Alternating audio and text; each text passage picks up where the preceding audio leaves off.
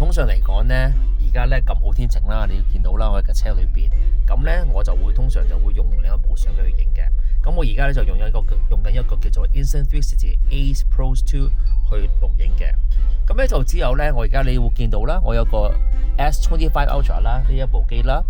咁呢，我就有個 iPhone 喺呢一度嘅。咁譬如話呢，我即係喺日本咧都咁樣嘅，帶住部機啦，咁啊周圍拍啊，周圍整嘅。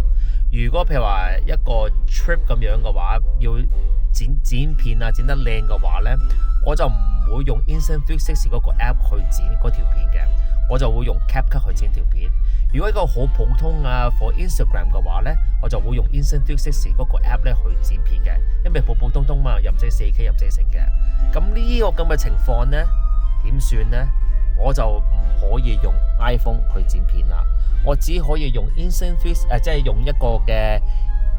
S25 Ultra 啦，即係呢一部機啦去剪片啦。因為咧裏邊有個 CapCut， 我可以用一個Pay version 啦，即係專業版啦，去乜嘢嘅去剪嘅。但係呢一個咧，如果你要專業版嘅話咧 ，iPhone 嘅話咧就要俾錢。呢一個呢，就係因為佢哋做過啲嘢啦，我可以 download 咗 APK 嘅 file 啦，咁我就可以用 CapCut 揾佢嘅音樂，揾佢嘅顏色，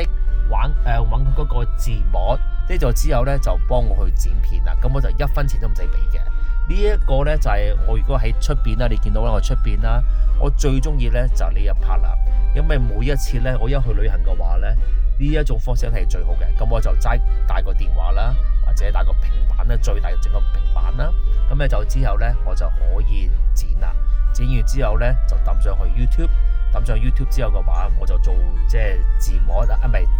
title啊，跟住就知一個內容啊 description 啊，咁就可以 po 上去噶啦。咁啊同埋咧仲有兩樣嘢就係話咧，譬如話我放 drone， 嗰啲模型飛機。咁你都知道模型飛機你要用 app 去控制噶嘛 ，DJI 啊嗰啲模型飛機。咁呢，我呢一個呢S25 Ultra 呢有一個 app 我可以放喺我個網站裏邊嘅，就係呢係可以用一個 Pro version 去控制個模型飛機。如果我係用 iPhone 嚟講嘅話呢，如果我要呢個專業版嘅話呢，要俾成56蚊美金先可以用佢個專業版嘅。但係咧，我用呢一個 S25 Ultra 嘅話咧，我就唔使用俾嗰56蚊咧，用個專業版啊。我 download 嗰個 APK file，OK， 咁就可以用到佢個專業版。咁個專業版裏邊咧有好多嘅靚嘅功能咧，真係覺得係好有用咯。所以我用過之後嘅話咧，我覺得係幾好嘅，而且嗰個名咧叫做 Litchi 啊。咁係啦，所以變咗點解三星係好過蘋果呢？就因為咧三星咧係可以做到咁樣樣，唔理你其實唔理你係乜嘢啦，你有小米啊、紅米啊、Google 啊、OnePlus 都好嘅話咧，佢哋都可以 download 呢啲咁嘅 APK 法，唔使一定三星嘅。你總之係 Android 嘅話咧，就有辦法可以做到咁樣樣嘅。咁有啲人就話喂。咁咪冇私隱啦，會唔會拎到你啲資料？咁其實講真嚟講，你俾嗰啲